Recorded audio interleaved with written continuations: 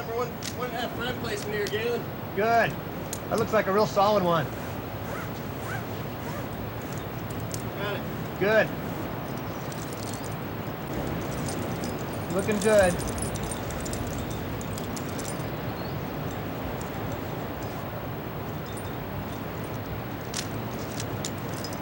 I had a real deep interest in wilderness and the outdoors. And when I first started out, I wanted to express myself physically, and I began mountain climbing and backpacking and doing things like that. And people didn't understand what I was doing, people who didn't go in the out of doors, and I needed a way to bring back my experiences and show them to my friends and to my family. So I started taking photographs of remote areas, of adventures, just for myself, so that I could share them with friends, and didn't have any idea of making it a career. Never dreamed that I could, because in the late 50s and early 60s, there were no careers in outdoor photography. And over the years, I've become involved in writing as another way to share my experiences, and in photography, and in the last 15 years, I've done it full time. Much of the knowledge and techniques Galen has picked up over that 15-year period can be found between the covers of his new Sierra Club book, Mountain Light, In Search of the Dynamic Landscape. Yosemite Valley is one of the most beautiful places in the world, and the best light comes at magic hour, which is in the morning, the first hour after sunrise, and in the evening, the last hour before sunset.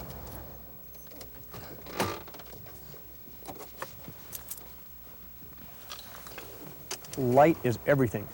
If there's no light, you have no photograph. And in landscape photographs, I think in terms of light first. I don't even think of the subject matter first. I think I'm looking for great light, magical light. And when I find it, I run around madly and look for something to put into it. But I don't look for a subject and then say, oh, what's the light like? Well, is it good, bad? First of all, I think of light. And it looks spectacular to your eye, but the only way you can really capture it is to somehow compress the range that your film is recording. And I use a split neutral density filter to do that. One part of it is gray, it doesn't add any color to it, and it holds back the exposure about 2 stops, and then it gradually gradates into clear. And if I put that line of gradation along the place where the light changes, then I can have a good exposure in the shadows and still not overexpose the highlights. And that's a way that I get around having lighting contrasts that exceed the capabilities of my film. To look at Galen's completed shot, you'd never suspect that a split and gradated neutral density filter was needed. But without the filter, the huge difference between the bright highlights and shadow areas becomes easily visible. Our eyes automatically adjust, and according to Galen Rowell, that's a crucial factor photographers must take into account. One of the major errors that amateurs make is that they believe all the things that they're told, that their camera will actually take a picture of what they see. And cameras see through film, and film sees differently than human eyes see. And the first thing you have to do when you have a camera is to understand how your film sees, and that it's not going to give you what you see with your eyes. And I have a method that I teach in my workshops that's real fast for getting to understand the way your camera sees and putting it in line with how you see. There are 2 important factors. One is technically how your camera meters light. The other is what you personally like in a picture. Do you like it dark and rich and saturated? Do you like open shadows? What do you like personally? And the best way to combine those 2 is to do it in one test roll.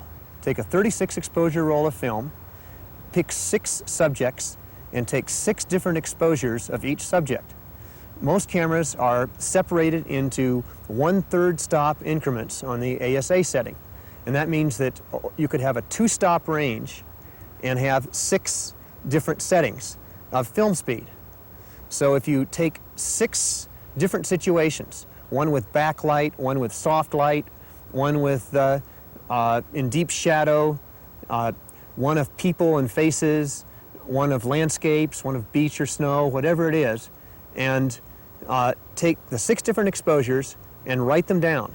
Set your ASA wrong on purpose. If it's ASA 100, start at ASA 50 and go through ASA 100 up to ASA 200. Then when you get that film back, go back to your list and mark off which ASA you like out of each setting. When you go over the list, you'll usually find that one ASA pretty much down the line is your favorite. And you'll find on color slide film most of the time that at ASA 100 you're going to like at ASA 120 or ASA 160. But maybe there's one or two situations that you won't like that way.